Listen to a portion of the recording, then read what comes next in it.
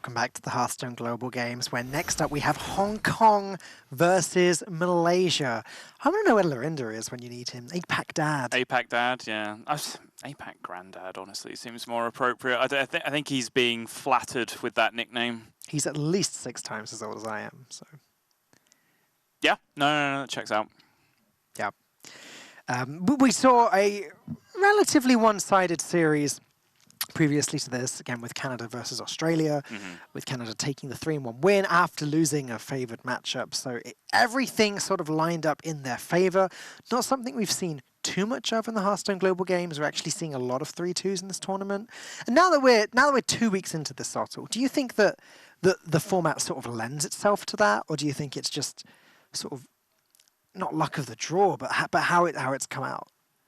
I mean, it's hard to suggest that any format really leads to one game score more than another. Like maybe last hero standing does influence things that way because you can like counter queue or you can sweep. So like 3-0s and 3-2s are most common and 3-1s a bit less. But I think with this format, like honestly, we just had one day where it was all 3-2s and one day where it was all 3-0s, and that's just kind of how it happened. You didn't really have to read more into it.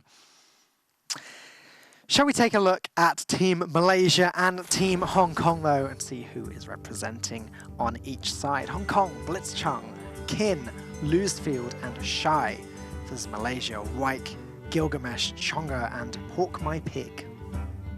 Well done. You nearly said that with a straight face. That is a great name, isn't it? Nearly said it with a straight face. Just a little smirk at the end there. Yeah. See some wonderful views of these respective countries. Hong Kong, never somewhere that I have visited. I was about to ask that question, actually, because you've been almost everywhere. I remember last year, this was the thing. Like, every time you were casting the Hearthstone Global Games, it'd be, okay, Sotul, you've been here. Tell us about this place. Yeah. I have, however, been to Malaysia, which is lovely. Weather not exactly up my alley, but it's a great mix of... Actually, this footage kind of summed it up very well. It's a great mix of, like, bustling cities, but then some like ridiculous looking greenland as well, and kind of like rainforest covered hills, and not rainforest, but forest covered hills. Really, really beautiful place. Highly recommend it. Do go check out Malaysia. I feel as though this has been a Malaysia travel board announcement. No, I'm kidding.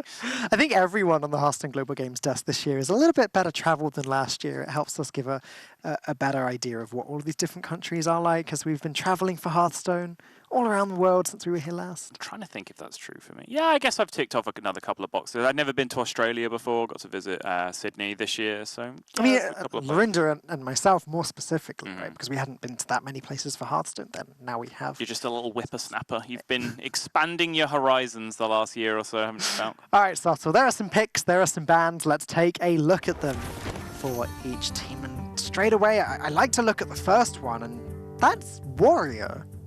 Warrior banned straight away. Okay. It's just Quest Warrior, isn't it? It's just straight up nothing special about this. I mean, there's nothing really else that you can play. Quest Warrior has been one of the most ever-present decks that we've seen, and I'm kind of looking through this, wondering why you would do it. Hang on a sec. Go on. Mage banned as well by Hong Kong. So Warrior ban, Mage ban. When I think throughout this tournament, we've been suggesting that they are two of the worst performing decks. I don't think that's actually true, though. I think, like, Mage is a deck that should have performed badly in theory, but didn't. I think it actually had, like, a much better win rate than it should have done. But it's still a deck that I think people identified might have a deceptive win rate going into this week and was still dropped off in popularity. But looking at these deck lists, I can kind of get on board with why you'd ban out Warrior. For example, there's the Token Druid. Don't really want to be facing Warrior. There's Odd Rogue, which, you know, maybe not. You want to be facing Quest Warrior. The Hunter is Spell Hunter. It's not a Death Rattle Hunter. So their decks are a little bit more fragile in the mid-game. And I was going to say as well, the next oddity for me is that Rogue for Malaysia was the last pick. Whereas, like, again, in the last series, we've seen Rogues as being the first ban. It's just, again, it's straight up Miracle Rogue. There's nothing different about the deck that would make Malaysia not want to play it. So I just find that pretty curious. Let's take a look, though. Very different priorities. Yeah. Let's take a look at how these matchups have lined up. We're going to start with the Blitzchung back on the Big Spell Mage train versus Wyke on the Odd Paladin. And this is a matchup that we were talking about just before we came live again, just during the break. And, and I was saying, Paladin is favoured, right? Question mark, question mark? Because I feel like that's sort of what we've been led to believe, but recently big spell mages have been performing... Who exactly led you to believe that, Falcone? That's my question. I think there was just a couple tournaments where we've seen Paladins consistently beating the Mages. Okay. Maybe now Mage is doing a better job at playing around things, though. I mean, a big part of it comes down to playing around that level up, right? Like, there was sort of this change in thinking at some point for Paladin where they realized, oh, we don't actually have to ever cast level up. We just have to keep pressing the hero button, power button, and making the Mage think we'll cast level up until they've used up all of their removal, and then we can cast it. The problem is, that doesn't work forever because then Frostlich Jaina eventually does come down. Yeah. And the 3/6s just allow her health to get completely out of control back up to 30 and leave the Paladin with nothing to do. Alternatively, like if the Mage is stable enough, they can just say, well, go on then, I call your bluff. Cast level up on this board, and then after you do it, I'll AoE that board and I'll still be at like 15 health, you know, like just chilling. Personally, I think this is Control Mage favored by a chunk, like 55-ish. But what I will say is that when I've seen Paladins be successful recently, it's actually been very different in style from how I've been playing the matchup as the Paladin, and the way you have just suggested as well. Just, you know, lots of hero powers, stretch out the value, threaten level up more than you're playing level up. How we've seen Paladin be successful in this tournament, at least, is just play your cards. Jam Blessing of Might on something early, just coin out a raid leader, push some damage, play some more 3-drops, and then just force through more damage, coin Fungalmancer into Fungalmancer, like all that kind of nonsense. That's been what's winning games for the Paladin in these series in HGG so far. I mean, another thing that can win the game for the Paladin is just the unidentified Maul Divine Shield. Yes. Because, like with the Token Druid, Mage doesn't have any way of dealing with these boards twice. And therefore, like, the first board Clay gets rid of just Divine Shield, and then the Paladin plays level up and kills the Mage.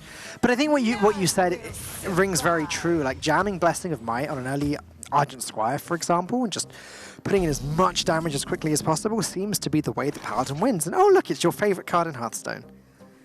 The light protects me. Brish just Bard. Fungalmancer? Brish just Bard. Oh, your boy. Your boy. Struis Bard. Yeah. This is a nice Doomsayer on Hong Kong side, because it does deny that Blessing of Might setup, and you then curve into a Stonehill defender, and then you're in the unfortunate position as a Paladin where you're behind on board turn 3 against a Mage, and that's not where you want to be. I would make the argument, though, that Malaysia aren't actually running any copies of Void Ripper, and therefore it's not as important for Hong Kong to jam that Doomsayer as early as possible. I would argue that if they're not playing Void Ripper, that makes playing this Doomsayer now even better. Okay. Because coin Void Ripper is the only way this Doomsayer ever does. Oh, sorry, the coin's there, of course. Right. Interesting. I disagree, though. I guess the advantage to the Novice Engineer here is it sort of plays around the Blessing of Might, because if that is cast, then Bleach Chung can just trade and ping and then play the Doomsayer. That's actually, yeah, that's fair. That's a good shout.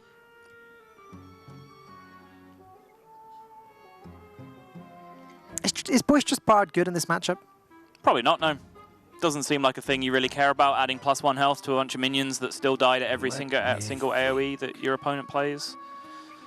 I can see it being coined out here. Is that nonsense? Coin it out so that your Argent Squire is then a 1/2, and then you can still potentially try and land Blessing of Might on it without it being a ping target in the future turn. It's the only way that you make that happen, right? It's the only way that you get Blessing of Might on a minion without it being pingable over the next 2 to 3 turns. And my only issue with that, and I've still got the same issue, is that the coin is such a valuable resource to be using up. You start threatening things like level up and Fungalmancer 1 turn later. I like this, actually. This makes more sense. Just use the Blessing of Might, let them ping if they want to, and then you can just raid leader and just push a lot more damage with the 2/1/1s that you've played instead. This is much more straightforward than my play, and much, much better as well. Well, there are a few things to think about the following turn for Wyke, actually, because he can play the raid leader if he wants to push 4 immediately, but then Doomsayer ping would actually go off. However, Wyke may just believe there's no Doomsayer there because it would have been played earlier. So, depending on the reads that Malaysia have, I can definitely see an argument for them to hero power next turn instead, so that they can then raid lead to deal with Doomsayer. Or just expect it to not be there and not do that. I do feel they're in a significantly worse spot from playing Novice Engineer than they would have done with Doomsayer. Time runs out on me. This can still flip on its head in 5 turns time, right? Where they go like Dragon's Fury, Doomsayer, Yeah. and then just use that as their free turn to play Lich King or something. Then it can look much, much better for them. But in the short term, at least, I think they're in a much rougher position. If Malaysia does just jam Raid Leader here, then Doomsayer will be fine next turn. Just ping Raid Leader. Sorry, ping Doomsayer, and then it usually goes off. Sure. It looks like that's what's going to happen. Malaysia have to read that the Doomsayer's not there. They have taken a good chunk more damage in the process, though, and their tempo follow-up from this point is the same thing, right? Like, it's True. It's a Stonehill defender.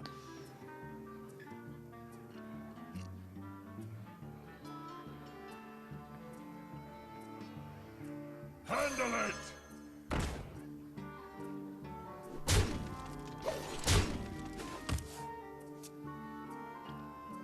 Where's the first AoE? Also, we can see that Malaysia have now picked up the Corridor Creeper, which means this Doomsayer being played now, blowing up the board, is going to discount that Corridor Creeper straight away. If the Doomsayer went off earlier, it wouldn't have any effect there. Probably not completely game-changing, but just a slight thing that's changed. Yeah. Speak your piece. Just going to play the Veteran and push damage here. And they're going to rip the favor now. Sure, 3 mana, draw 3 cards. It's reasonable. And also, they were able to push that extra damage without losing any cards because of that. Yeah. With the Veteran. There were a lot more outs to kill that Doomsayer with it being later in the game as well. Like, Veteran plus any Maul would have done it, plus Attack Maul would have done it on its own. The other Blessing of Might, I guess.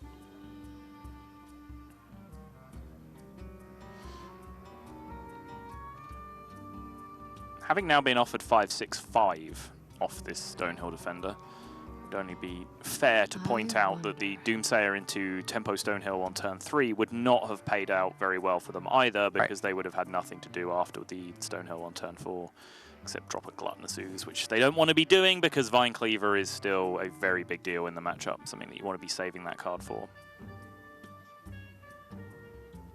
What to do? What to do? How good is Witchwood Grizzly ever in this matchup? Like, Odd Paladin's hand will get smaller eventually, but not necessarily soon. So I do agree with the Apple Balm pick, as Philippines versus Vietnam goes to 1-1. Yeah, I like the Apple Bomb as well. Honestly, I don't think Hong Kong need much more help from this position to be able to tidy up this game. Picked up a couple of AoEs, they now have a couple of big taunts. They have control of the board to an extent. And they have an answer to the Vine Cleaver, which is quite often that final threat check from the Odd Paladin. A combination of the Doomsayer and the Stonehill Defenders seems to be all that Hong Kong actually needed to tidy up this game. Just to keep the Paladin on the back foot, preemptively fill up the board. Right. It's very, very easy to trade into 1/1s with any other type of minion. I must move quickly. I wonder. Reporting for duty.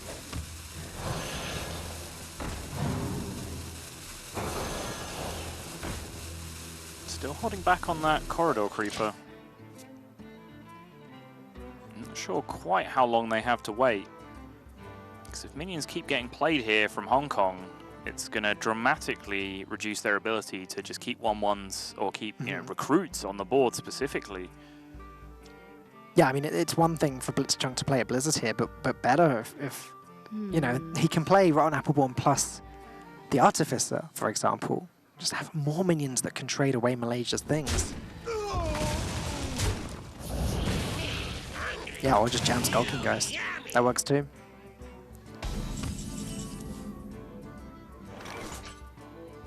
Kills one card, I believe, the second copy. That's right. Blessing of Might. Yeah.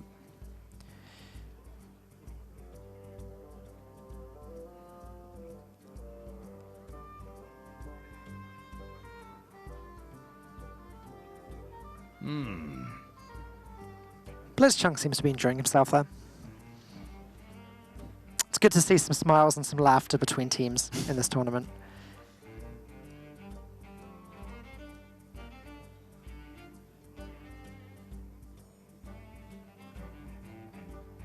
Again, it does help when you're winning.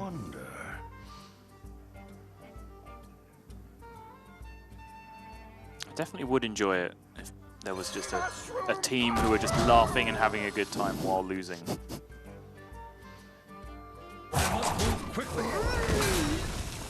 I mean, the Philippines, they always have a good time, winning or losing. Okay. It's a shame we don't have them on stream right now as they're playing against Vietnam as we speak. I'm sure they're having fun. Fair enough. So this is the big push turn now for Malaysia. Fungal Mancer and the Corridor Creeper, they've kind of paired it all together for maximum tempo. But then, of course, by extension, it also makes it a very large commitment this turn in terms of the board. And Hong Kong have a very powerful 1-2 punch here, which is AoE on this turn, and then the Gluttonous Ooze on the following turn to be able to tidy up, because that will be Malaysia's thinking. They'll say, well, you know, let's make Blitzchung AoE this turn, and then we can reset with the Vine Cleaver, and then we're pushing damage and threatening lethal at the same time, but Gluttonous Ooze solves both of those problems. Yeah, we talk about Vine Cleaver being one of the best cards in on Paladin for these late game situations, but the Ooze just shuts it down entirely. Okay. All right, time to start counting. There's not actually that much to count here, but, I mean, the problem is the damage the Vine Cleaver does just gets restored by the Ooze. Yep. The fact that Blitzchung can jam Rotten Apple Bomb in the same turn is probably enough to protect them, but it's getting a little bit dicey. Both Blessing of Mights have been removed by the... Oh, one was played, the other was removed by the Skulking Geist. Right. So the total amount of burst that Malaysia can deal has been dramatically reduced. One veteran's been played as well.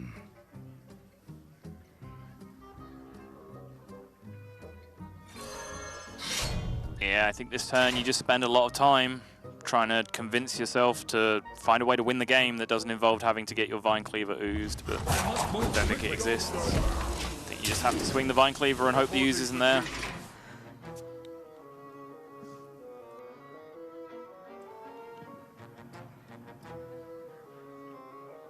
There's only one copy in the deck, still 17 cards remaining to be drawn, so chances of it being there aren't actually that high. Yeah. But there it is. You do see cards on the left being held for quite a long time though and start to run out of options as to what they are. Yeah, obviously, like Jaina is still one of them, as it's only turn 8. But I think you have a feeling if you're Malaysia that you're getting oozed there. Now you have options. If you're Blitzchung, you can ping off to clear the board, you can play the Rotten Apple Bomb, and then if you play the Rotten Apple Bomb, you can clear one of the 1/1s, or you can even push face just to start racing the opponent, because it's one thing you can do against Odd Paladin very quickly is end the game when you gain board control, because they have very little defensive capability. It's probably just not necessary, though, for the time being. No. Like, Malaysia aren't going that wide again right now, and if they did, then Dragon's Fury would deal with that. As long as Malaysia only develop a few minions this turn, then Blitzchung can quite happily just jam the Lich King. Yeah, I think without Jaina in hand as control mage, you do need to look for opportunities where you can be a little bit more aggressive than usual, because you can still get outvalued as long as you don't draw that card. But yeah, you're right, Lich King's in hand. That's probably just good enough on its own to stop you from needing to do anything fancy.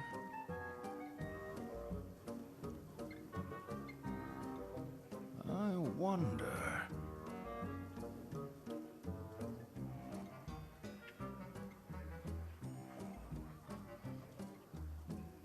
I'm really not seeing a great plan on Malaysia's side of the board.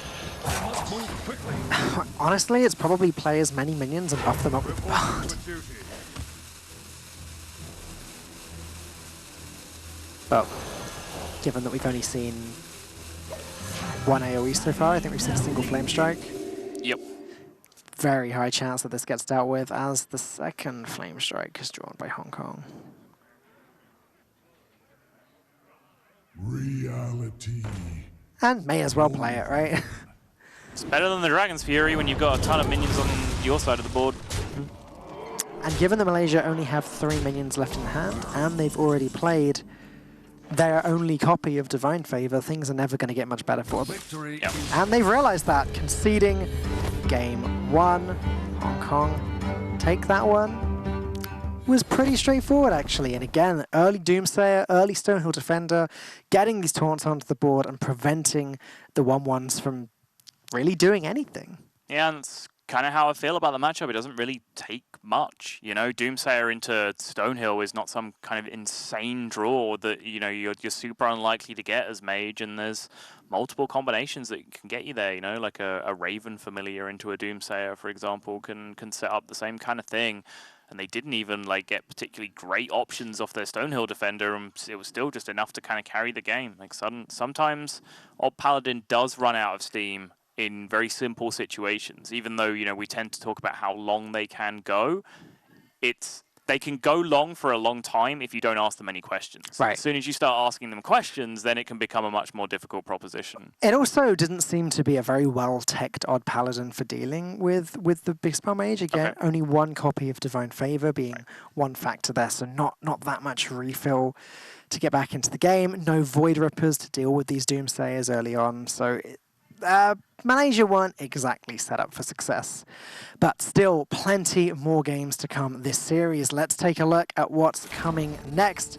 It's going to be Shy on the Rogue versus Balk My Pig on the Shadowwalk Shaman. This is Odd Rogue. Odd Rogue versus Shadowwalk Shaman is, at least from my perception, another very close matchup. Yeah, it's winnable from both sides for sure, but Rogue does have the advantage of like having some very beefy minions in there, you know, like things like Cobalt Scalebane, for example, are kind of just enough threat on their own to demand a like panicky removal from the Shadowwalk Shaman. And when you look at what those removals are, Lightning Storm doesn't come close to solving the problem.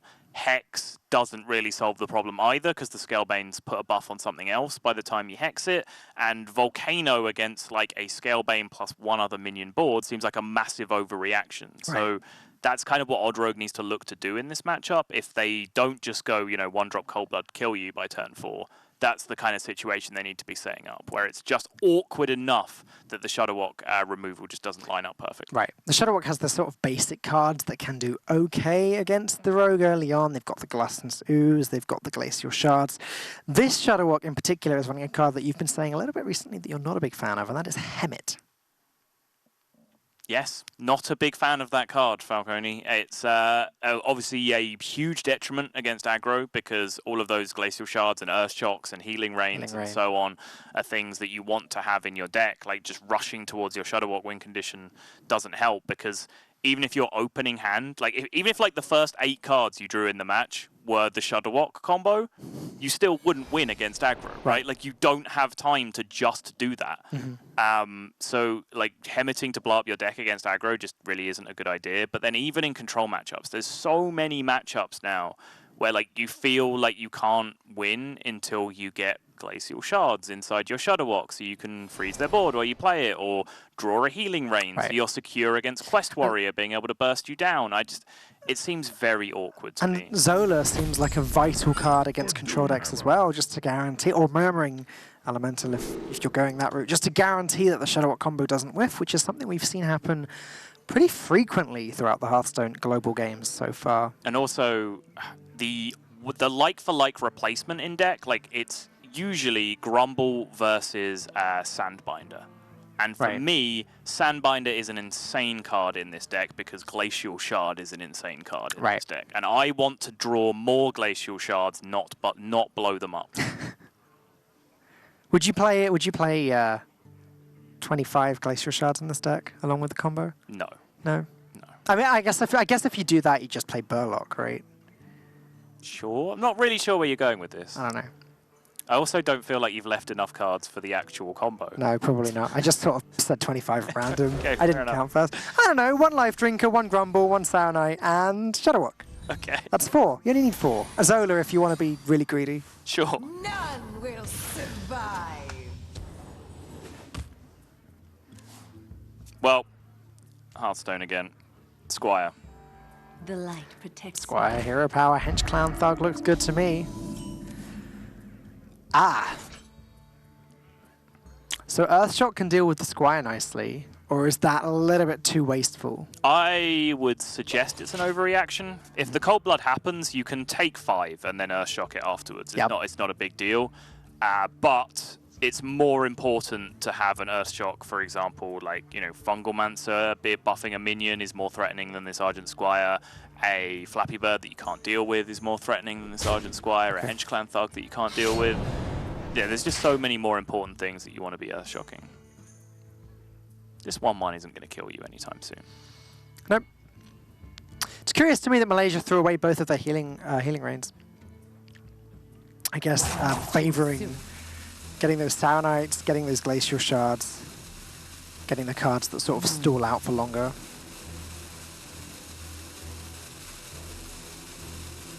Yeah, you need to get control of the board first and foremost before you start thinking about healing. That helps. Pyromancer's okay. It's not so great against Odd Rogue as it would be against the Odd Paladin, though. Like, against Odd Paladin, Pyromancer pretty much flips the matchup. I'd still think I'd rather have the Pyromancer list than the Keleseth list, although I wouldn't be mind blown if you told me the Keleseth list has a higher win rate. Not much in it, is there? Like, again, what does the Pyromancer really do against Rogue? How many minions only have 1 or 2 health? Pyromancer Lightning Storm is incredibly Sure. important, I think, potentially.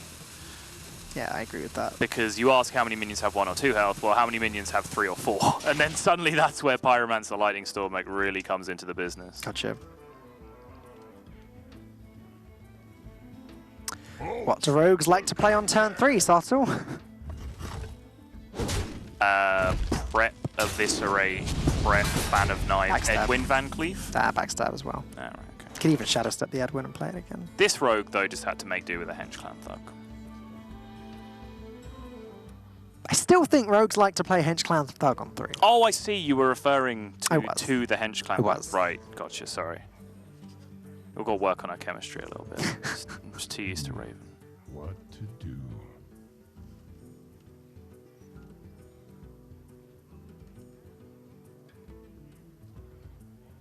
It's about as anti-aggro a list as you can get, honestly, as I start to look at some of these cards that are getting drawn, apart from just that little Hemet sticking out. It's just the one fly in the ointment. Is that their way of hedging? Play as anti-aggro a list as you can, and against control will just blow it all up anyway with Hemet. Like, I can understand why a human being would think that, I just don't necessarily agree with it myself.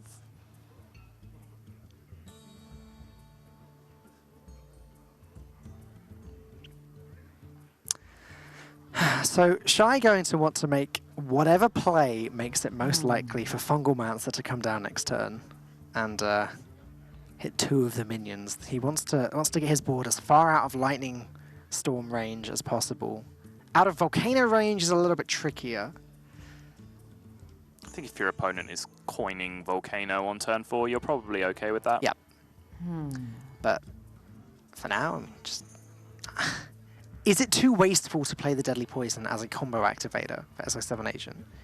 That's the thing I'm wondering at the moment. It's the only 1 mana card in hand, and Shy would like to have a way of activating that Vilespine Slayer later on. However, setting up the SO7 Agent and then getting ready for a Fungal Mancer next turn definitely looks viable. Well, here's my question. Why, if you want to play the SO7 Agent, why does it need to be comboed? That's true. It doesn't, right? Oh, gonna go this route instead. Still play the Deadly Poison, but play it on a new dagger. Now it's going to be very difficult to get any of these combos out. But I guess the Shadowwalk Shaman isn't really playing anything big that needs to be comboed. Needs to be Vilespine, you mean? But yeah. Right.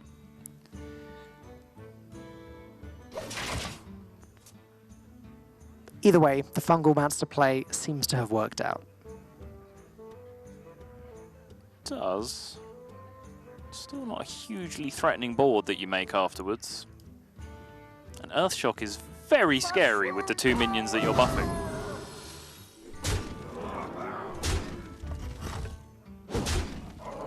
Still pushes quite a bit of damage this turn, though.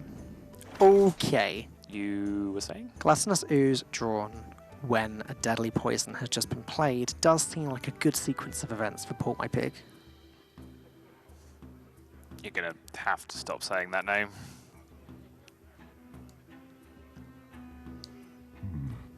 What to do? Can we just say for Team Malaysia instead? That would be lovely.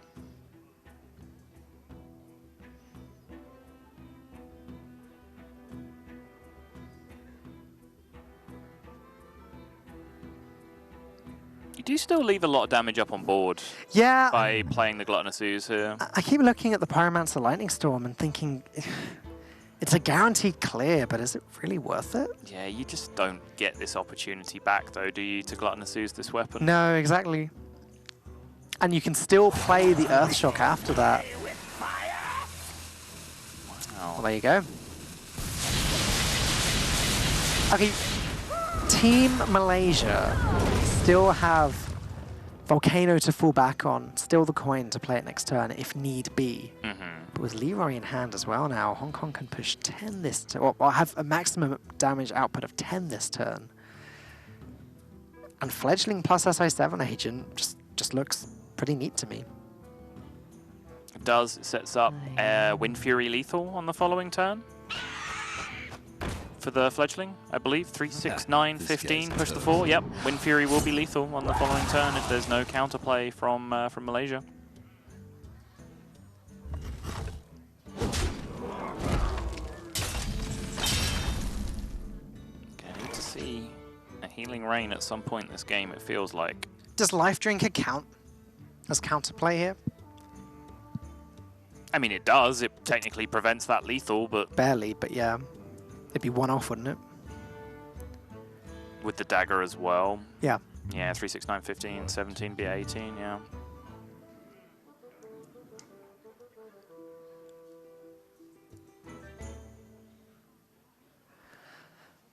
Lightning Storm Earthshock is an option. Usually clears up the entire board. Only if it rolls 2 twice can things go a little bit wrong, and even then, one of the minions gets cleared up by the Earthshock. Yeah, just like that. That's not a good feeling.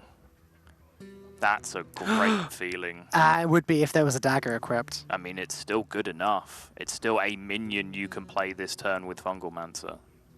I think you have to be happy with that.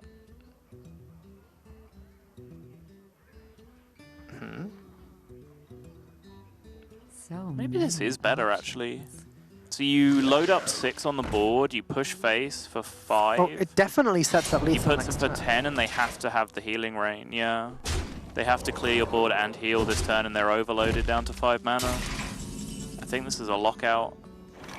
Would Saronite not have been good enough here? No, No, it wouldn't, would it? board trades, and they still take 10.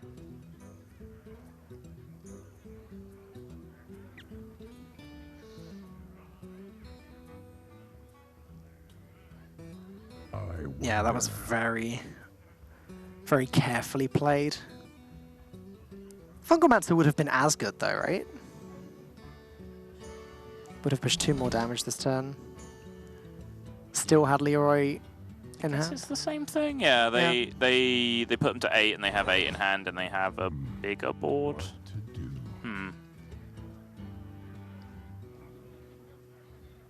They still beat Volcano, they still beat Life Drinker, they still beat Serenite Chain Gang. Yeah, hard to tell the difference. Yeah, you can definitely argue there isn't much of a difference. I mean, this way, because the dagger's equipped now, Deckhand can come down with the Fungalmancer and attack immediately.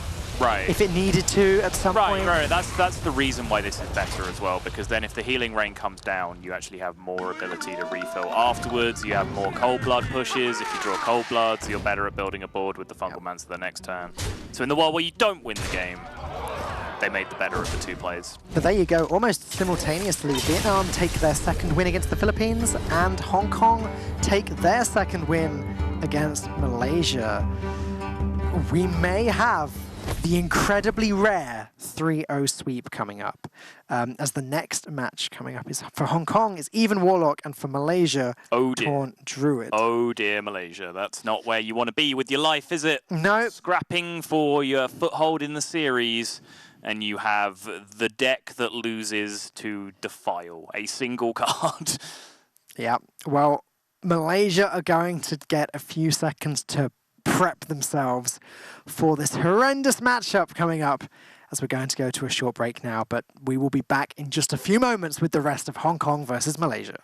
All right, going to start off with a slight correction on whatever we were talking about earlier. It's actually Cube Warlock versus Taunt Druid, to be very specific. Somehow we managed to get both of the decks involved in the matchup wrong, which is actually quite impressive when you stop and think about it. I think like the Druid thing, I think I like looked over and tried to read Falk's handwriting. And You then don't want to do that. Stop listening to what he said. I think he said Taunt Druid, but I'd already read what I thought was Token Druid, and somehow in Falk's handwriting those two words look the same. But I'm pinning the Warlock mistake solely on Mr. Coney over here. Yeah, that that one was definitely on me. It turns out both of these teams are playing Cube Warlock. One of the players has Rin in the Cube Warlock, the other one does not, but it's Malaysia with Rin, so we can worry about that later. So let's start again.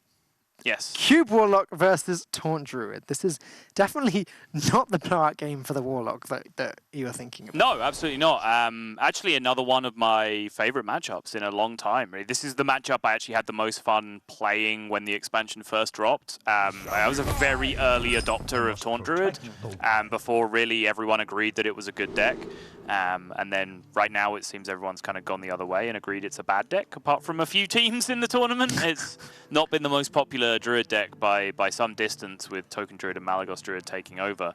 But I played this a ton early on in the metagame from the Druid side, and really messed around at like how much does playing a Harrison Jones affect things? How much does playing one cube affect things? Like which deck is supposed to be playing for fatigue? Does it ever get to that point? Things have changed, things have come a long way since those days, because right back at the beginning, for example, we weren't even playing Dragon Hatchers in Taunt Druid. That's how far away we were from just Oak Heart and kill people, you know? Right, and Oak Heart has just become arguably the strongest tool in the deck. In any world where you can play that card on turn 6, thanks to Druid's various ramp, it's often just a win in any matchup. In fact, on that note, Chonga going to throw away everything except his ramp. Not ended up with the best hand, though. No, it's not great. Primordial Drakes are a little slow, Nourish is a little slow, but it's a hand that starts to get very, very tasty if a single Wild Growth gets picked up anytime in the near future.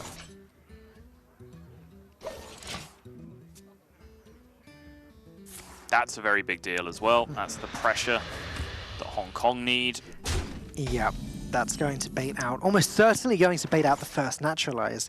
And Naturalize is somewhat important for the Druid, because ideally, Druid likes to play Naturalize on their own Hadronox. However, is Hong Kong running Skulking Geist in their cube block? They are not. No, they are not. Okay. Ooh.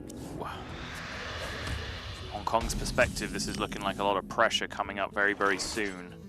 The Naturalize is going to make quick work of that Giant, as you mentioned, and also burn a card away from Hong Kong. But it's still a win. It's still a win. You take your Giant dying and your card being burned in exchange for a Naturalize, because as you mentioned, when those Naturalize are used, it makes the the Taunt Druid so much less explosive in how quickly they can generate big boards later on. Something else that's going well for Kin also is the Possessed Lackey in hand, and also the Void Lord in hand. It means that the Possessed Lackey is more likely to dig out a Doomguard, and given that there is a Carnivorous Cube, a Dark Pact, and a Faceless Manipulator in hand, there will Hong Kong will definitely be able to make some use of that combination of cards. Right. Malaysia would love to coin out Nourish and then play Wild Growth after that, but they definitely need to consider naturalizing away this Giant still. Yes, you do. Totally different trail of thought. What about Oaken Summons? Is that good enough just to protect the face for now? No. The reason you kill the Giant is not to protect yourself from taking 8 damage, it's to protect yourself from that Giant being turned into 7 Giants over the course of the next couple of turns. just have to kill it. Because of the Possessed Lackey nerf, it's not playable this coming turn. And there's both Doom Guards drawn off of that Naturalize. So suddenly the Possessed Lackey looks really bad. Suddenly those Doom Guards look really good though. It's time to play one from hand. Jam it. This is just how you play this matchup. I think one of the things I discovered very early on is that if the Q block tried to play slowly, they did lose the late game against Taunt Druid, and that was when Q block was an even more powerful deck than it is now before the nerfs. So it is a matchup where you do really have to go, and losing the cube there was a big deal for Hong Kong. That's got to be somewhat comforting for Malaysia, as they now can afford to just stick a taunt in the way. Obviously, the Spellstone isn't upgraded enough to deal with the Doom Guard just yet. Right. However, Faceless Manipulator as a 5/7 with charge isn't bad. It's just another Doom Guard without the discard. Yeah.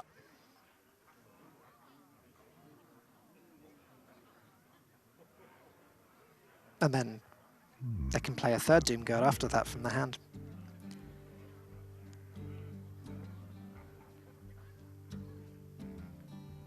That's 15 burst damage coming from Gul'dan, but Gul'dan very often runs into a wall of taunts by the time that it's playable.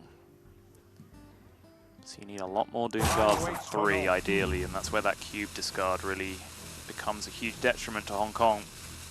There's a second one knocking around somewhere in the deck. There is.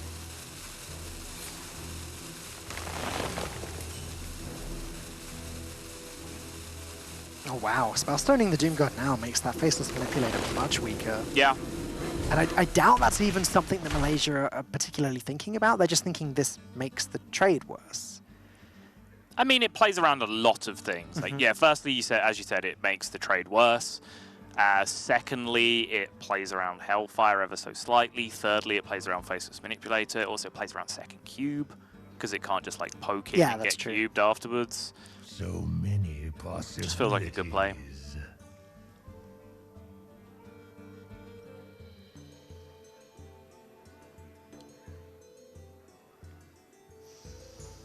But again, like, considering some of the complexities of this deck, that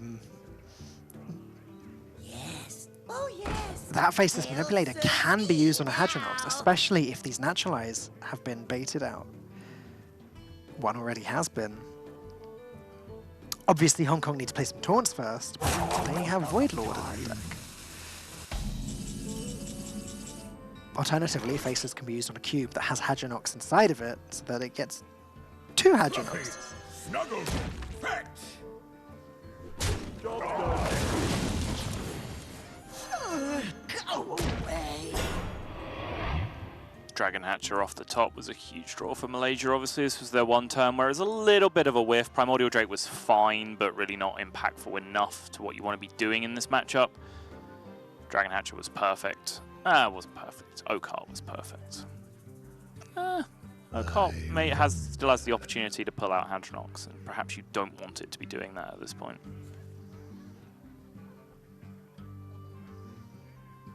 They're running a second Dragon Hatcher. So later on, when Chonga does want the Hadronox, potentially Oak-Heart can be another big swing turn. It's one of the more recent, I say recent, in the last month or two, additions to this deck is actually the second copy of Dragon Hatcher, the second copy of Sleepy Dragon. Right. For a long time, they were only running one of each.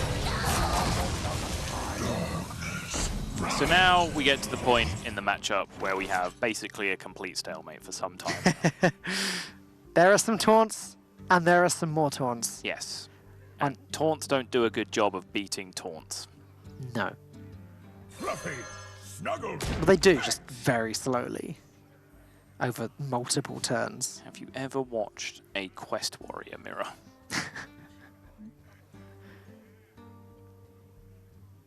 Actually, not recently, no. I don't think any have come up in the Hearthstone Global games so far. Really? We've seen a lot of Quest Warrior, they just haven't been matched up against each other. Mirrors. There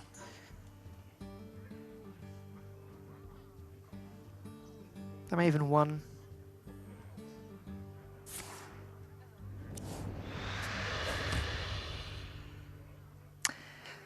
Double Hellfire is okay at dealing with a wall of taunts, but unfortunately these taunts have 12 health. Yep. And 4 Hellfires in one turn aren't doable.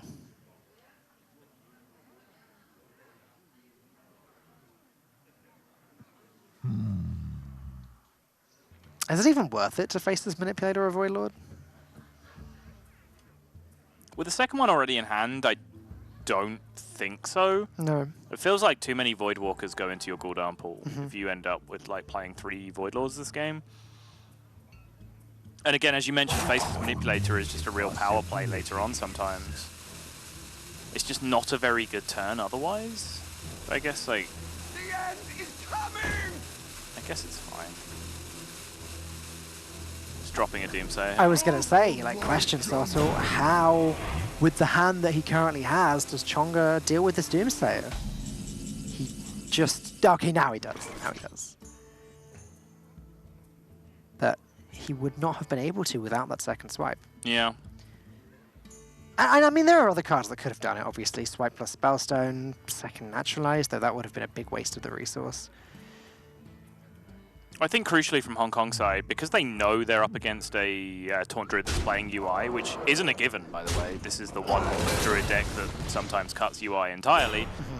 And they just wanted to make sure that UI wasn't a good play that turn. Right. Which is what the Doomsayer was all about. I mean, that and the fact they didn't really have any powerful options in hand for the reasons that we described. Well, if the Doomsayer did blow up the board, then Hong Kong could have gone ahead, dropped their second Doom Guard.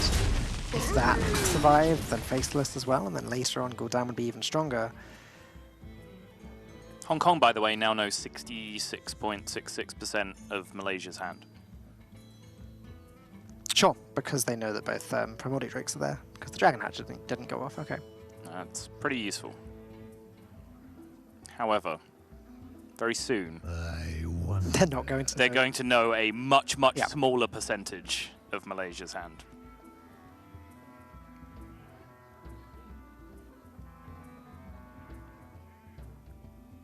So what do Hong Kong do to play around the Ultimate Infestation this turn? Given that they were playing around it so carefully last turn. Still not that many options for them. Mountain Giant doesn't do much at all against these 4 attack Taunt minions, so it's going to have to just be a Void Lord. What were you saying about Void Walkers in the Gul'dan pool? You're saying that's not a good thing, right? Certainly not ideal.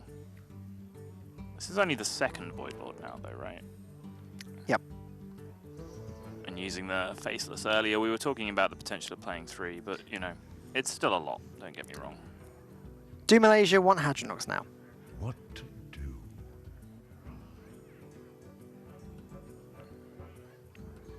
It would only be a 50-50 with the Oak Heart. I believe there's still an Ironwood Golem somewhere in the deck. Yeah. Hadronox, again, it can be hit with Faceless Manipulator, but... Poor Oak Heart going to be stranded in the hand with 9 mana 5/5. Wow. The first 4 of those 5 cards were just absurd for this position in the game. Time waits for no one. Just get a Lich King in there. You draw your Naturalize, you play your Hadronox, then you have Witching Hour Cube. It's not looking too much like a sweep. And I guess Hong Kong playing their Faceless Manipulator on the cube just sort of stalls a little bit longer, because Chonga's taunts are going to be better quality than Kin's taunts. Much better quality, yes. Even if Kim were to get all of the Void Lords, it doesn't matter, because 4/12s are still better statted minions, and you know, Lich King. And there's that Skull, which is much too late at this point. It's one of the ways that you can really abuse Taunt Druid, is just, you know, messing around with the idea that they can't really play Weapon Destruction or Silence because of Oaken Summons, and it just, you know, becomes too disruptive to that plan to put those tech cards in your deck. So an early Skull can really bring the beat down with Doom Guards in the mid-game. But they just had to play one from hand, and I think that cube being discarded off that Doom Guard was massive as well. It was a just night and day difference from the way this game turned out. If the cube had been kept in hand, we wouldn't have been seeing this like late game Void Lord plan. We'd have just been seeing a Doomguard chain the entire game.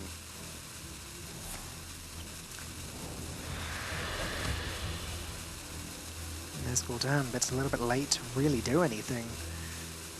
Double Hellfire this turn, I guess. Just set up the full clear. With Gul'dan in hand, it seems like you have a plan now.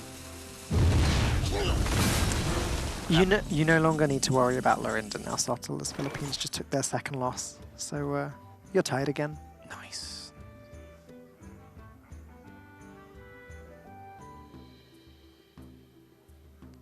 Vietnam taking their first win of the Swiss.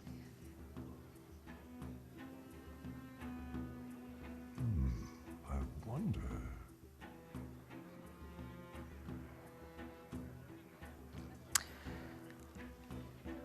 So Okart played this turn would still garner an Ironwood Golem.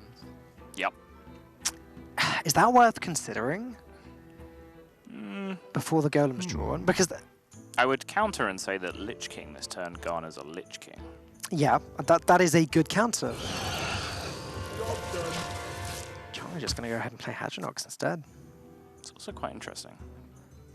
There's no silence. So. No, of course. And if there's, if there was silence in Hong Kong's deck, you best believe I would have brought it up by now because it changes the entire dynamic of this matchup.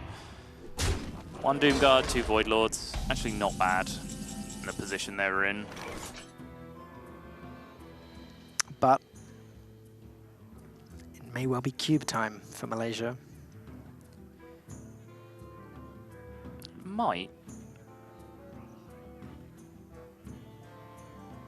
That cube is still scary on the other side. Sorry, that faceless is still scary on the other side, though. But with no other activator in hand, I struggle to see what the plan was with Hadronox here if it wasn't going to be a cube follow-up. I mean, maybe they just wanted it on board because they felt like that was how fast they needed to be, right? Like if it's going to take a couple of turns to trade off naturally, that was the turn they needed to play it in order to trade it off in time. You can definitely get behind that logic. It is curious because Hong Kong actually run 2 copies of Faceless in their Cube Warlock. So this could wind up being 2 cubes that each have 2 Hadronox in on Kin's side of the board. Did they not Faceless a Doomguard earlier?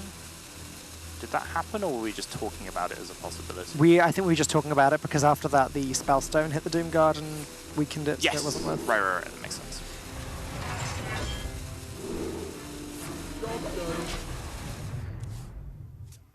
I was just checking to see if there was a Spirit Singer Umbra in this Cube Warlock, because if there were, then that into Faceless would have been nuts.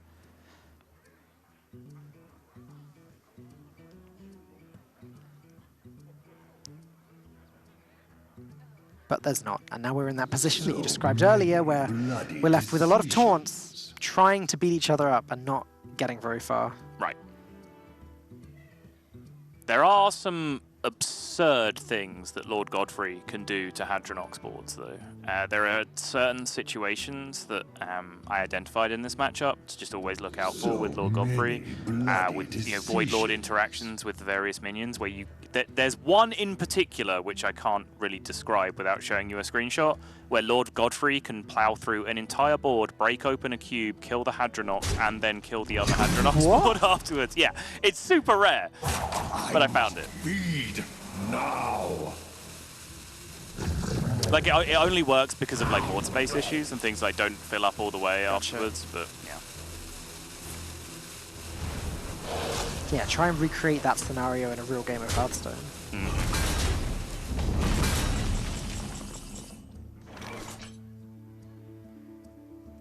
That Lich King has to be played at some point. The recurring Death Knight cards that they will get every time a Hadronox dies. Also, it just needs to get in the Hadronox pool. Like, that's Exactly. the card you want to be getting back, yeah.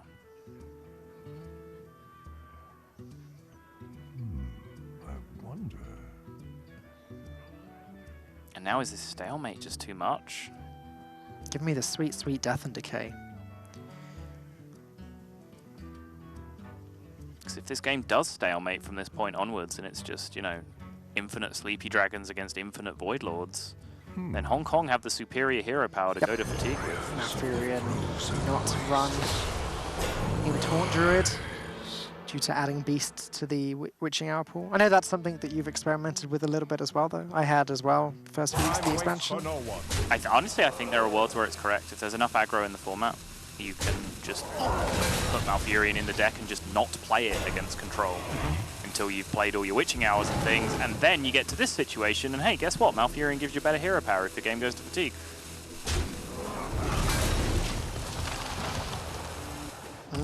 Okay. That's a game-changing card. Yep. That definitely does help. So... Now also, team dynamics this turn. I think like the kind of thing you really need to get good at here in a team format is like right now, start of the turn, you just say to one person, all right, you work on Lord Godfrey this turn. We'll think about everything else. Then when the rope starts to burn, tell us the best Godfrey you've got. Yeah. And if it's not good enough, we'll go with our play. Yeah. Godfrey is going to be very important now after that anti-magic shell, so we can see. Anti-magic shell is just so difficult for any deck to deal with. In any situation where you have a deck that floods the board, most Druid decks are a good example of this. Anything with Spreading Plague or decks like this, anti-magic shell just seems game-winning 90% of the time. I must feed now. The untargetable effect does make a big difference, except for against a Godfrey or a Twisting Nether.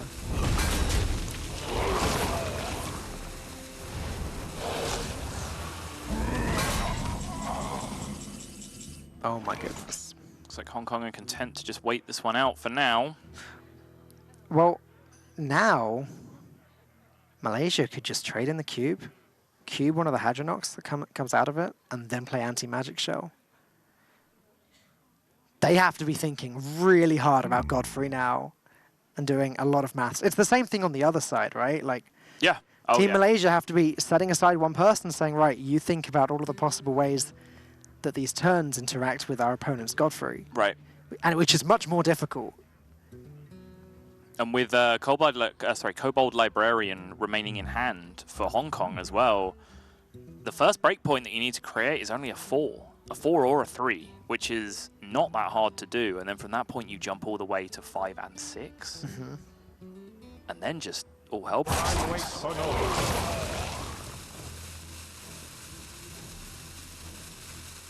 What's crazy to me is that not a single Witching Hour has been played yet.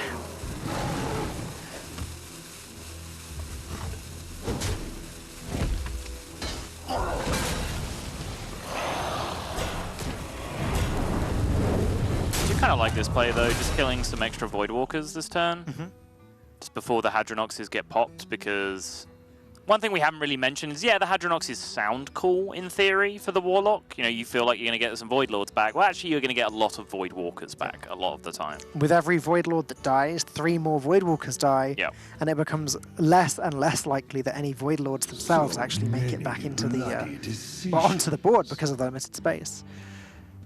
I guess Hong Kong long term, or rather Malaysia, they know that Godfrey is there in the deck somewhere. I guess they're trying to bait it out before they go with the big unstoppable board with the anti-magic shell. Right. Because after Godfrey's been played, what is left for the Warlock that can actually deal with that? Nothing. No, nothing is the answer. Yeah, they basically have 2 answers, which is Godfrey and play their own Gul'dan and just create a sticky mess of Void Lords. Both of those options have now expired. They appear to be going for the Godfrey. Yeah. Oh. No? No? Okay.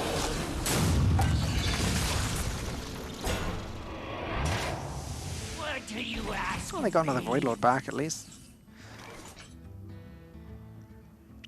Naturalize is super important now, just because of fatigue.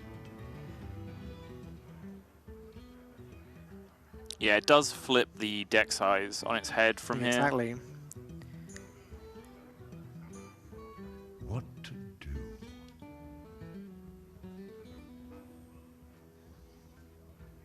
I don't think this is realistically going to be a game that's decided by card count. But Naturalize sure helps, even if it's just a case of removing the threat, removing the Hadronox, removing the final Hadronox that Warlock The has. final Warlock Hadronox, yeah. Well, until the second Faceless gets drawn and played, and they have more, or another one.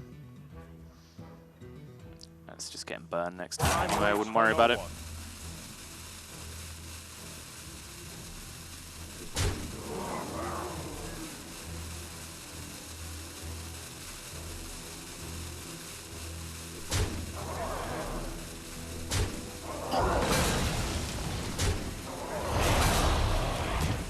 Wow.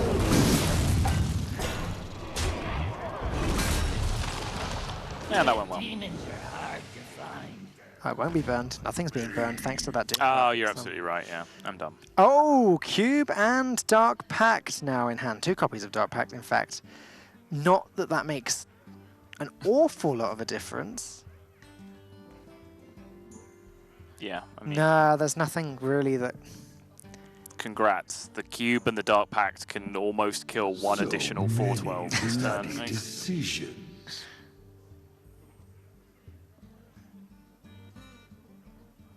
One more Hadronox being dealt with by this hero power. That's a pretty big deal.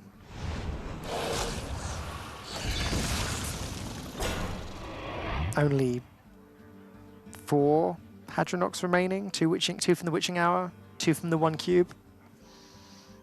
4 more Hadronox boards to go. I must Good luck, Hong Kong. now. Yeah, you're gonna need it. Ah, there's the Godfrey. Yeah, it just feels like sealing their own fate at this point, though. I mean, this Godfrey is dealing a lot of damage, but not enough damage. Yeah, it needs to keep going Yeah. and just start shooting all the cards in your opponent's hand as well. Like, that's what you would require Lord Godfrey to do in this position. Yeah. Stick a few Shadow Steps in this Warlock deck. Jeez. 3 Sleepy Dragons and a Lich King out of that. Nailed it. I'm almost out of cards. Now they have Witching Hour, Doom Pact for their final Hadronox activator if they need it, which prevents it from ever being faceless. So, Faceless the Cube on the other side of the board. Dark Pact. They've then got a cube to play on their own Hadronox after that. My hunger grows. Wait, like next turn? 'Cause that's Yeah, it would have to be that's next. already 11 Yeah, mana, right? yeah. Okay. You're quite dead if you do that. Only slight downside with that plan. Well, is they can is how dead you are. They can Faceless the Cube and then Dark Pact the Cube and then Dark Pact one of the Hadronox. Sure. Then if the other Hadronox survives, it can be cubed next turn. I must Sure. Which, again, it's looking like it's nothing but a lot of stalling. But right now, it's the best that Hong Kong have.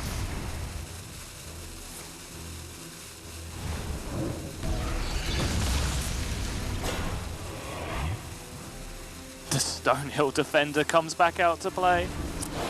There's like 45 Voidwalkers in the pool, and the Stonehill just comes out to assert dominance. Like, no, there's one of me, buddies. I'm a special snowflake in this sea of Void Daddies. Hey, he's a 1/4. Makes him better than the Voidwalkers. Yeah. Remember when Purple said that that game had been over for quite a long time? You feel the same way about this one? I'm getting deja vu.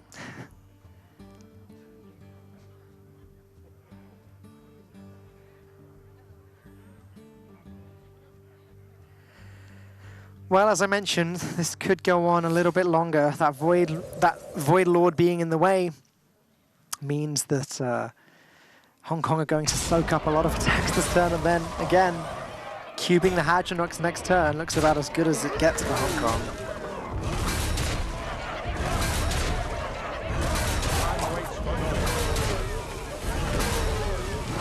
Those Voidwalkers were troopers that turn. You're Void of Voidwalkers just absorbed, what was that, 12, 18, 24, 29, 35 damage. Nice. Good job, little buddies.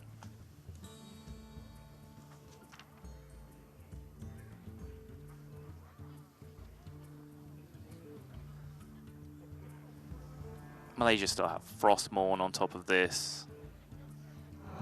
They still have a whole other Witching Hour on top of this. They still have 2 more Hadronoxes inside of their cube on top of this. Hong Kong, friends, buddies, it's not happening. The amount of value that both of these decks have been able to generate this game, though,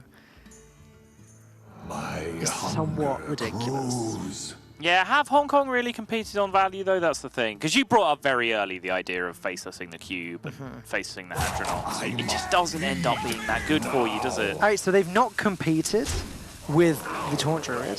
However, this much value against like any older Hearthstone deck would have been a lot to contend with. Okay, I can see that.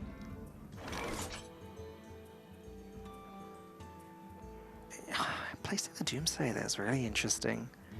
It is.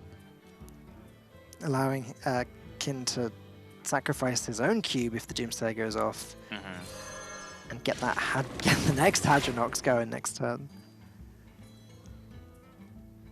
Yeah, this Frostmourne's very nice, though. And remember, the Doomsayer does just put 2 more Hadronoxes on Malaysia's side of the board as well. Yep. Wait, what did they swing the Frostmourne at that turn? Void Lord. At the Void Lord? Okay. Time to add some Void Walkers to your taunt pool, Malaysia. Yeah, exactly. So late, I don't think it matters anymore. Hearthstone's really silly sometimes, isn't it? I'm quite impressed that Hong Kong managed to actually deal with the anti-magic shell board, though. I thought Godfrey was the only way they could do that. And yes, Hearthstone's pretty silly sometimes. I wonder if Malaysia is supposed to consider that and keep an answer to a Doomsayer. It's not easy to do, obviously. When one of your spellstones is bottom 2, keeping an answer to a Doomsayer in your hand is almost impossible. But I don't know. What's really silly here, though, is that I don't believe Hong Kong have a way of preventing that Frostmourne from hitting a Hadronox. No. No, they do not.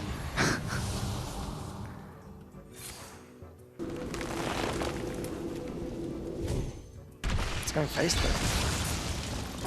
I think Chongu is just so tired of this game and so tired of Kin not conceding. We're done. Just die already. Can't even be bothered to get more Hadronox.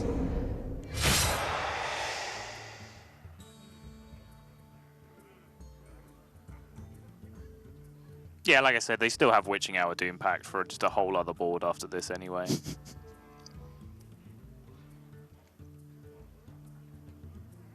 Now Obliterate as well is kind of crucial because it allows them to like theoretically connect one of these minions to face if the board just stalemates taunts to taunts. Which is just a huge amount of extra damage being pushed alongside Branching Path as well.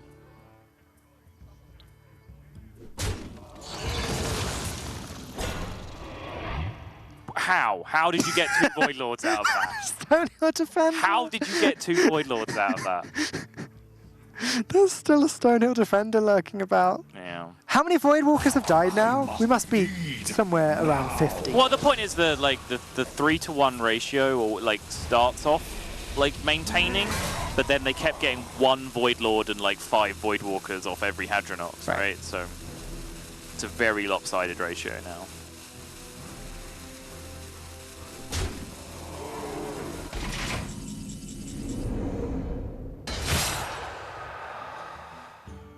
Is this turn Obliterate to Impact? Just trade away the Void Lords, then Obliterate the Hadronox, and then do Impact. Malaysia gets another board full of taunts. That seems game-winning to me.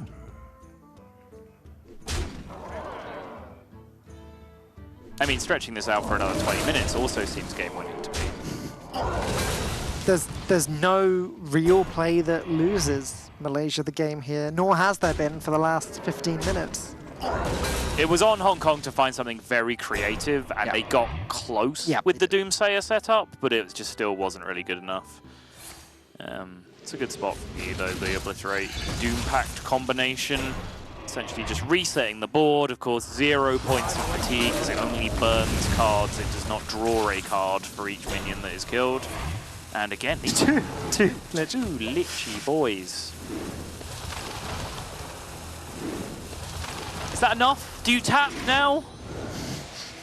There's no rope breaks in Hearthstone. Tap or snap, Hong Kong. Falcone has no idea what I'm talking about. There we go. It's something about fighting each other. Either way, Malaysia finally get the win on the board. Finally get the win on the board with their Taunt Druid, meaning that the score is now 2-1. Hong Kong still in the lead. Next up, though, is going to be Hong Kong on the Odd Paladin versus Malaysia on the Cube Warlock. Before we get into that game, though, because that was quite a long one, we're going to give the players a little bit of a chance to rest, but don't go anywhere because the rest of the series will be coming up very shortly. Hong Kong are winning 2-1 against Malaysia, though Malaysia just got their first one on the board with the Taunt Druid against Cube Warlock. But coming up next is going to be Cube Warlock on the other side versus Odd Paladin. Now, Soto, when we talk about Warlock versus Paladin, we're often saying, you know, there's Defiles, there's Hellfires, there's all of the board clears in the world, and the Paladin don't really have a shot. Is that the case with Cube Warlock as well? It's not, no. It used to be a potentially very bad matchup because Cube Warlock used to be a turn faster with the Possessed Lackey getting nerfed from 5 mana to 6 mana. So the threat of just a big boy Void Lord coming into play was just too quick for the Paladin to deal with. Okay. Now the Paladin can actually get into positions where they can be threatening lethal by the time that a Void Lord can be coming down into the play. Right. But the AoE is still very effective. The Defiles and Hellfires are still good. The other big difference between Cube Lock and the Even Lock, though, is that there aren't other incremental cards in Cube Lock that can prevent what Paladin tries to do. There's no punish for going face like there is with the Hooked Reaver. There's no incremental healing with like the extra Shroom Brewers that usually aren't being played in Cube Lock. It's just the Spellstones and the Dark Pact. Dark Pact, yes, kind of replaces the exact amount of healing, but it's not also a body that can contest the board. It's not a body that can then be Sun Fury protected and protect yourself from further damage. So Even Lock just kind of has a better toolkit in the matchup, I would say. There are Void Lords, though. Yes. In Cube Warlock. Yes. And Odd Paladin finds it pretty difficult to deal with Void Lords. There's no Stonehill Defender in Hong Kong's Odd Paladin either, which means no chances of a Sunkeeper Tarim, which can be very big against Void Lords. Well, most importantly, there's no IMB Cow, which is the #1 thing that you want to have against a Void Lord. Because I'd still rather just punch through and leave it there as a 3/9 and make them have the cube than Tarim it, and then you still have to trade 1/3/3 off, and then you still waste a bunch of damage going into a bunch of 1/3s afterwards. You're still vulnerable to Hellfire. But yeah. The Odd Paladin toolkit has evolved because Cube Lock isn't really a deck you're too worried about in the current metagame. So IMB Cowl has certainly got a lot weaker. There is a skull. There's a skull and there's a Doomguard. No skull into Void Lords though. No weapon removal in this matchup to be dealing with the skull. So Malaysia can play it without worrying too much about the hefty tempo loss. Champion's Maul picked up. Decent, but probably not one of the best ones in the matchup. Divine Shield and plus attack, probably a little bit better.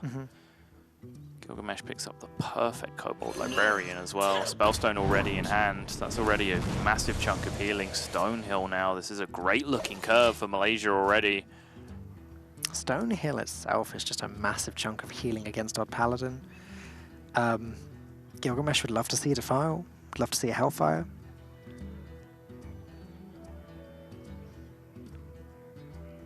This is also a Cube Warlock that runs Rin, the First Disciple, which I don't think makes too much of a difference against Odd Paladin specifically, but it's curious to me that they've decided to bring that card. Most of the Warlocks have been neglecting to include Rin. Yeah, I have wondered about Rin for number of weeks now and never really got around to figuring out why it's not being played a little bit more than it is. Still seems like a powerful effect. Obviously, like, even Lock doesn't have a good way to kill the Rin themselves. So in the matchups where you need Rin, it's the matchups where, you know, polymorphs and so on are a big factor. And so you can't really guarantee that happening, but, you know, Q-Block still has access to that Dark Pact. Even though it has been nerfed, it still has the same effect. So I've often wondered when the Q-Block lists are popping up, why they aren't including that card every now and again. So I don't mind seeing Malaysia running with it here. So many possibilities. It's not a great turn, is it? Pointing out a Stonehill Defender is a little bit wasteful. That's better. Alright, we have a Void Lord.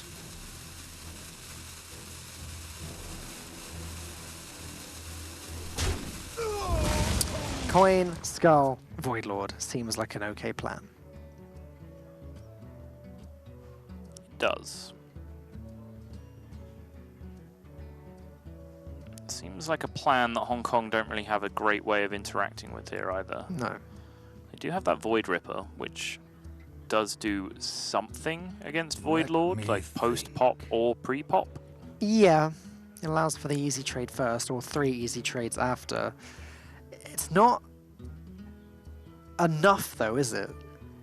Like, it's okay if Hong Kong have a full board of 3/3s, because then they can flip the board, trade a 3/3 into the Void Lord, and then trade the other 3/3s into the Void Walkers. But until that point, Void Lord's still a pain, Void Ripper or no Void Ripper. Looks like they're going to use it now for maximum aggression. Pushing 3 with the Diamol and leaving 7 damage in play afterwards. Sure. Just sticking with the plan of beating the Void Lord clock, potentially. Mountain Giant is a dead draw, but Stonehill Defender is a big roadblock. The 4 damage that it prevents this turn. Looks like it makes a big difference. There's that Makushan Warden again.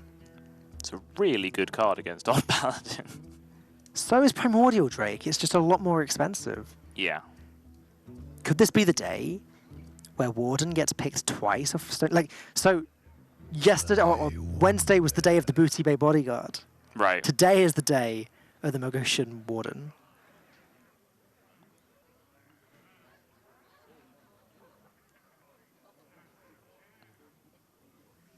I think there's an argument for it. You know, there's a good chance that maybe Hong Kong's board is just too aggressive for you to think about coining out Skull on the following turn.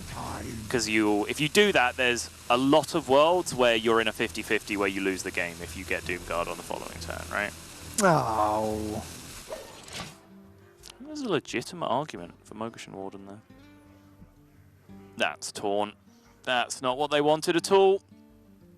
But subtle, Taunt is cheat. Plus attack is cheat here. I don't think Hong Kong are in a position here where they can really split hairs about Defile. That's what that initial trade where they pointed the Diamol into the 1/4 was about, because value trading the 3/3 leaves them perfectly lined up against Defile. Is Defile a card you're beating this game? I guess they don't know how good Malaysia's hand is, right? So they feel like Defile can happen, they can refill, they can go again. We know they don't have time to do that if there was a Defile there as well. The problem is, it's so unlikely at this point that Gilgamesh does not have either Defile or a copy of Hellfire. It's difficult to get into that way of thinking where they don't play around it, because as far as Hong Kong are concerned, there's got to be at least one there. This does play around Defile pretty nicely. And there it is.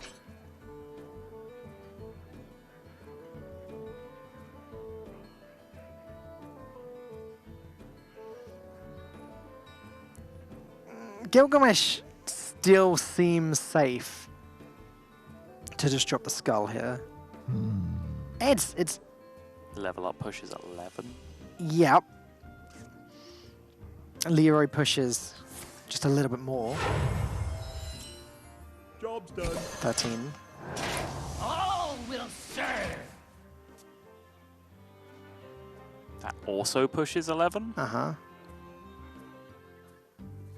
And if this skull gets the Doom Guard, This is what I said, right? It just felt like the skull was going to end up in a 50-50 situation with Doomguard. Could lose the game for them. I will say the Mokshan Warden would not have had a big impact on this board.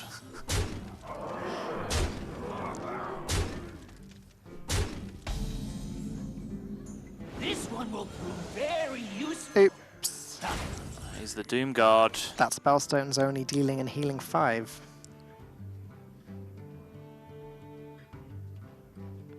Defile can't be played with the Spellstone, but can deal with everything except for the Void Ripper. So many Defile plus the trade, I mean, deals with the Corridor Creeper. So Yeah. the Void Ripper survives as a 5/2.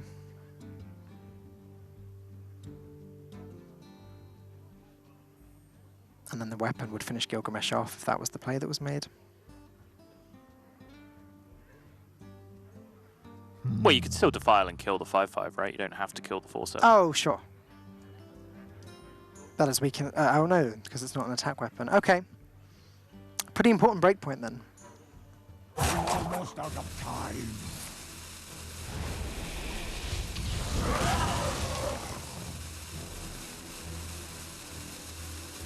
This seems stronger though. This Does. plays around everything except Leroy. That's right. Yeah.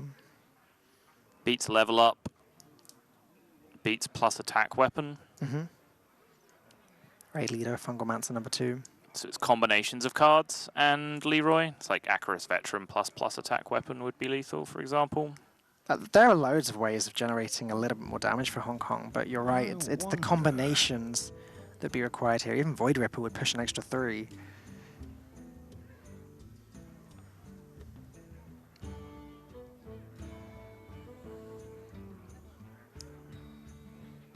And this is it now. They're in trouble. Because now the 50-50's gone. Let me. Now there's a Void Lord in play next turn.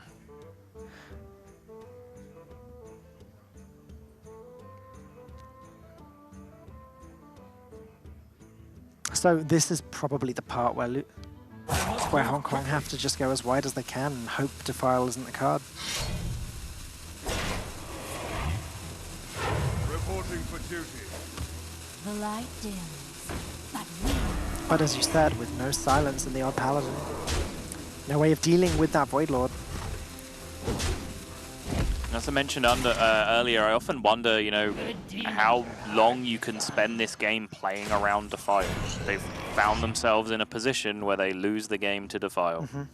Just seems impossible to avoid for that long in the game. It's like at some point you have to shut your eyes and just let your opponent have their Defile turn. If they have it, they have it. They have it. Greatest virtue is patience. 4 health might as well be 19 right now because there is no way Hong Kong get through this Void Lord without dealing that much damage. Reporting for And honestly, that odd Paladin does not have it in the deck to deal that damage. And even if it did, here's the next problem coming out of the hand right now for 0 mana.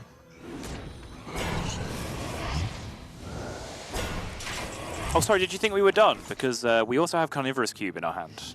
Yep, that's 2 more Void Lords and another 6 Void Walkers. Yeah. Oh, look at that.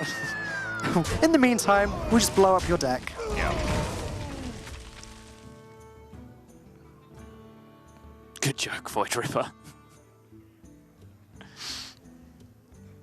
Hong Kong really don't like conceding, do they? No, not fans. Like, this is the type of situation that has me genuinely wondering if they know where the button is. the victory. Okay, we found it. They found it. As Twitch chat knows, it's in the bottom right. Malaysia take their second win. It all comes down to Token Druid versus Miracle Rogue, game number 5. And this has been a long, grueling series for the players as well. I mean, we always talk about, you know, in various Swiss tournaments, in all of the tour stops, we talk about how these days get long and it gets difficult for the players to be able to concentrate, etc. I mean, just long series like this with the constant pressure of having to perform for your team, of having to put in your input. Do you think that this is just as difficult as those long Swiss days? I think, you know, whenever you're considering the course of an individual series versus a whole day, it's night and day. I will say that if, you know, someone had to play a long day of Swiss in a team format, right? Like, imagine playing out HGG's 6 rounds of Swiss over the course of one day. That's a realistic thing that a tournament could feel was a good idea, but definitely is not. And that's why HGG is an 8-week series that we are presenting to you in bite-sized chunks. Yeah. Anyways, coming up next, as I said a moment ago, is going to be Blitzchung on the this time it is Token Druid versus Malaysia on the Rogue. Now, note I made earlier is that Rogue was Malaysia's last pick in the picks and bans. It's a deck that they seemingly didn't really want to play that much, and it is a deck that's been teched out a little bit differently. We're looking at Miracle Rogue with Mossy Horror, which it's not that common. It's been seen a few times recently. Against Token Druid, though, that can't be too bad. It can't be bad, sure. I would question necessarily how good it is because it's so expensive that it's very difficult to combine with something else. You know, like what it is another card in your deck, because quite often Rogue has to look for like the double fan kind of turn, like prep fan or whatever else. Like Mossy Horror is another card that you can throw in there, so you can do like, you know, fan prep Mossy or prep fan Mossy Horror and things like that. You know, early enough in the game for it to be relevant. But yeah, of course, Druid is the king, or Token Druid is the king of just playing around single board clear effects and making you need multiples in combinations, Psychic Scream accepted. So, you know, we'll see if it has an impact. I will say it's probably like the wrong Druid that it's aimed at. It's more aimed at Malagos Druid when you're on the offensive and then the Spreading Plague comes down and you can just nuke it. But it might come in clutch here. We can wait and see. So, how does Gilgamesh really try and get the edge in this matchup, Sartor? Does it come down to getting Faldori Striders as early as possible, getting that early Hench Clan, or is there some sort of late game win condition here? Late game's tough. It's generally just what Rogue does, just get tempo and keep hold of it. You know, Hench Clan Thugs, Big Edwins, Questing Adventurers, that kind of thing. And yeah, Faldori Striders are fine. They're about the slowest thing that you ever want in this matchup. But if it gets to the point where Druid stabilizes and you're having to find answers every turn as the Rogue, then that's when you're finding the losing side of your win rate more than the winning side. Right. The one big advantage, I think, for this Miracle Rogue is that Token Druid doesn't run any copies of Naturalized. So if that Questing Adventurer can get out of control, it will stay out of control. The problem is it's not easy to pull that off. Not with this hand just yet, no. Without Spellstone in hand, if you have to wait too long to get it started, then there can easily just be like a branching paths for armor twice and Spellstone the Questing Adventurer, even if it gets up to 5/5 or 6/6. That being said, Hong Kong's hand isn't looking too hot either. No Wild Growth, no Nourish, no Ultimate Infestation. One measly copy of Spreading Plague.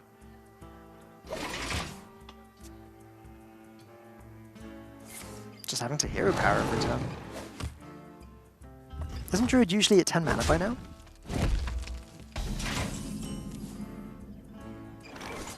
Yeah. Just had to maths that one. Yeah. Eventually, though, they'll get this Spellstone up. They just keep plugging away with that hero power.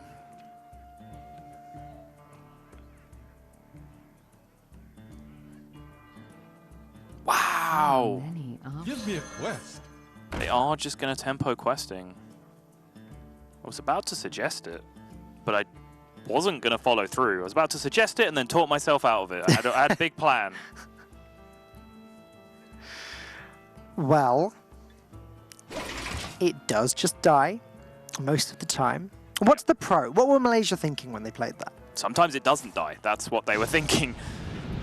That's not what I expected to kill it, though. The Savage Roll? I think it's a good idea, honestly. I think Spellstone only gets better. And if your board doesn't die, this isn't a matchup where you need to play a board and then kill them in one turn with it. Like, once you have a board that Rogue can't kill, you have that board forever. They just never get it back. So you can kill them over a couple of turns if you need to. Whereas, yeah, you know, being able to answer auctioneers, being able to kill, you know, bigger size threats in the mid game, things with cold blood on them, for example, probably more important than having a Savage Roar in hand. That makes sense. So yeah, I like that play. Happy Midsummer. Happy Midsummer. What's happening? Beware Nothing is happening in this game. Beware of the forest fires, though. Okay. I will watch out for them as I leave Katowice. Hey, if you're going back to the UK, forest fires. Happy Midsummer. Spectacular. I'm glad they're having a good time at least, because absolutely nothing is happening in this game so far. But basically what's happening is these two teams aren't trying to win a game of Hearthstone, they're just having a contest as to who can draw the worst hand with their respective deck, and right now they're both winning. Ah. Well, that's a good reason for everyone to be happy then, if that's what's going... That's some really good analysis, so I had no idea that's what was going on. Thanks. Blitzchung looks particularly happy at the moment. It's an actual real-life Hearthstone menu.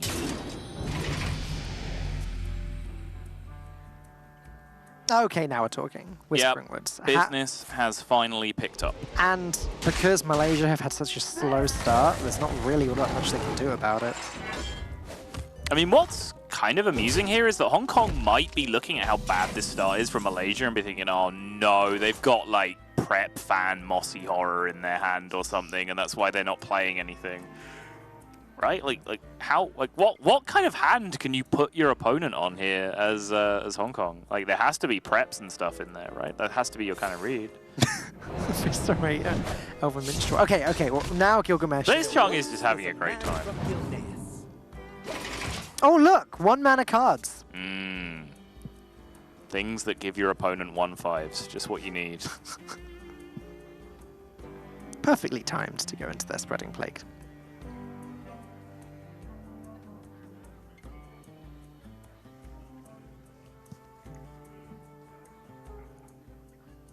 The circle of life is over.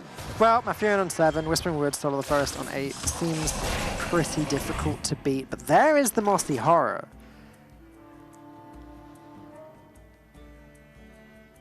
Gilgamesh can't really justify playing that this turn, can he? No.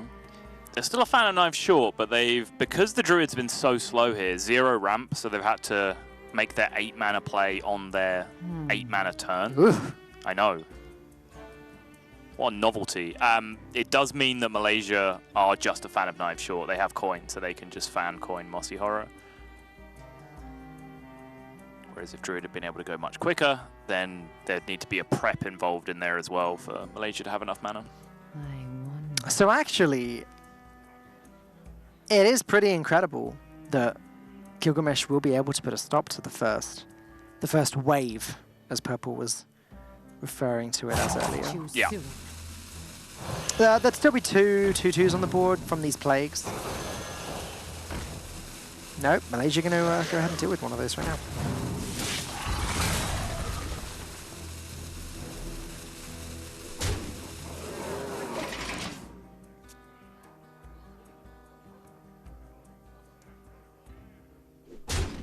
Well, I got the Spreading Plague instead.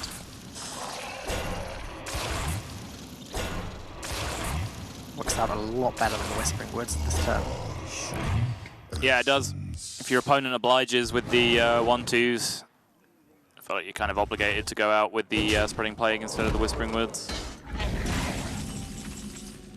And now again, Mossy Horror has to be considered, even though as we can see it would not work out over the next few turns, as Malaysia won't have a way of dealing with the Soul of the Forest turn. Does gain a lot of tempo this turn, though. I don't know if it's enough to like ride a wave to from this point. The problem is Blitzchung still has 29 health. Yeah. So even if... Tempo and health are kind of disconnected things, though. Right. But he only gets the tempo for a very short time. Like 2 turns at the most. Yeah. And he also wipes out his own Firefly and Flame Elemental if he plays the Mossy Horror. Yeah. So he's only really going to have the 2/7 and the 3/1 against a 4/4. And then against a full board with Death Rattle. Yeah. Instead, Malaysia going to go with the Auctioneer here. They don't have long to make these decisions, but there's not many more decisions to make because of the limited mana. They can quite happily play the coin this turn because now Fan of Knives, Mossy Horror next turn now will be a possibility.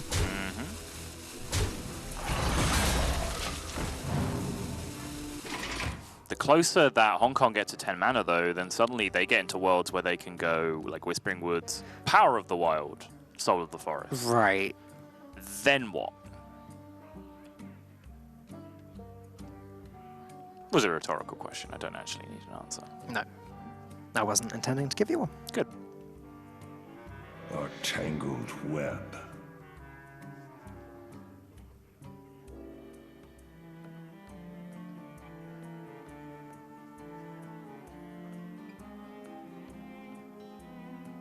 That Wild Growth came a little bit late, didn't it? Could have been Ultimate Infestation by now.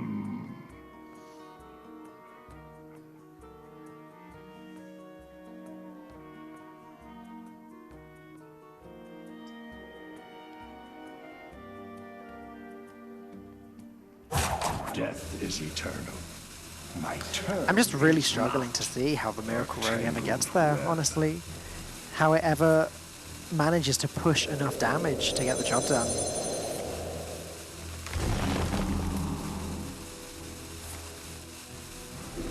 Blitzchung decides it's go time. He uses up as many cards as possible so that next turn he can play Ultimate Infestation.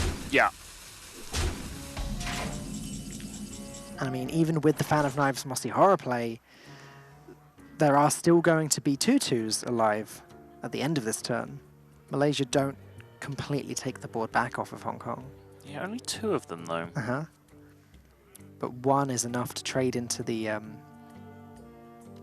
So many options. Mossy Horror? Yeah, to trade into the Mossy Horror. Right. With the Ultimate Infestation. Yeah. Now, I was just pausing to think, because obviously when the Mossy Horror gets played, Gilgamesh's board gets blown up. So any trades Gilgamesh wants to make with these elementals have to happen before the Horror gets played. Which, yeah, ends up with 2 of them.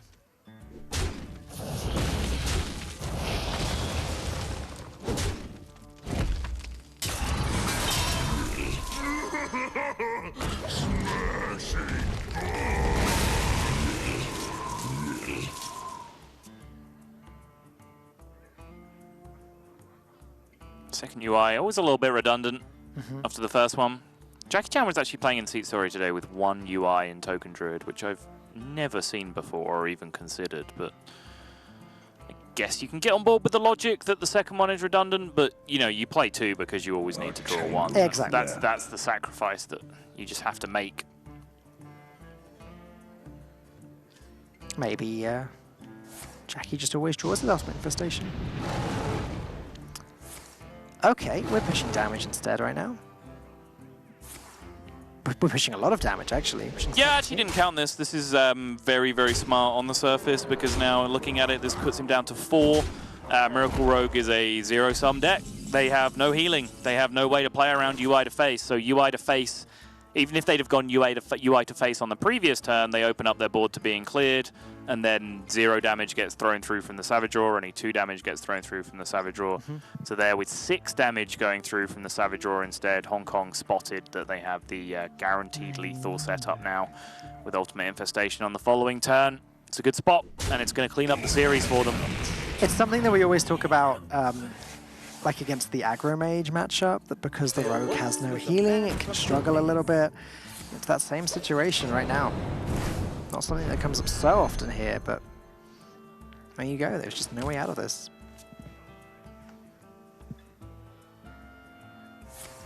And Hong Kong eventually able to take the series after almost being reverse swept. And now, the smiles have gone. Blitzchung was having more fun when his hand was terrible and he was doing nothing than he is now having won a series of Hearthstone. What's up with that? Well, I think the thing that was so fun about it was that their opponents weren't doing anything either. Also true, yeah. Like, I mean, I think every turn that passes in that matchup where the Miracle Rogue isn't doing anything is sort of a turn closer to the Token Druid's win condition. Yeah, I guess that's fair, actually. The fact that neither team was doing anything, I guess they were winning the whole time. So they were pretty happy from the beginning. Yeah, it makes sense. But you're right. It's kind of strange that the smile disappears now. I guess they realize, they're not going to get to be on stream anymore, and that makes them sad. That's the only possible explanation. That is the only possible explanation. As we take a look one more time at the games that just happened. And there you go. Like I said, almost a reverse sweep for Malaysia, but Hong Kong managing to take it back in the end. Yeah, it got a little bit messy during that middle period. We had an absolute marathon win for Chonga with the Taunt Druid, where the game was over very early on. But of course, we made fun of them a little bit, but we're not faulting Hong Kong for playing it out. It's a massively important game to win the series. Of course, they were going to play it out until the last possible moment. But in most realistic worlds, they were dead that game minutes before they actually chose to give up. And then we saw the Paladin get very close against the Warlock. A couple of little differences, maybe if they got a more aggressive maul as opposed to just summon 1/1s and taunt were the two that they got. We could have had a different story. They did have some combinations for lethal outs on a couple of turns towards the end, but in the end, big old Void Daddy came down and crushed out the game. But still, they had that Token Druid to fall back on, an incredibly good matchup against the Miracle Rogue. And as I said, Mossy Horror, yeah, it can't be bad, but is it going to be good enough? And the answer was no. It's just not a good enough card to help you swing such an unfavored matchup as Token Druid. Again, in a world where the Miracle Rogue starts with Firefly, Flame Elemental, Hench Clan Thug, maybe gets a bigger Questing Adventurer, maybe then Mossy Horror would have been good enough to just stabilize in the mid game and push all of the damage needed. But we are going to have a chat with Team Hong Kong and see what they thought of that series. Hey Blitzchung, congratulations on your win. The first question I want to ask you is about the marathon game in the middle between the Cube Warlock and the Taunt Druid. Did you guys ever really think you had a chance in that game? Actually, ever since they used Naturalize on the Mountain Giant, I think we don't have a chance. So what, turn 4 then?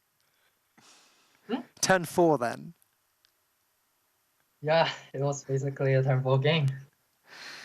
Yeah, but you fought on as much as you could and gave it your best shot. The rest of the series, though, went very well. How did you prepare for this one?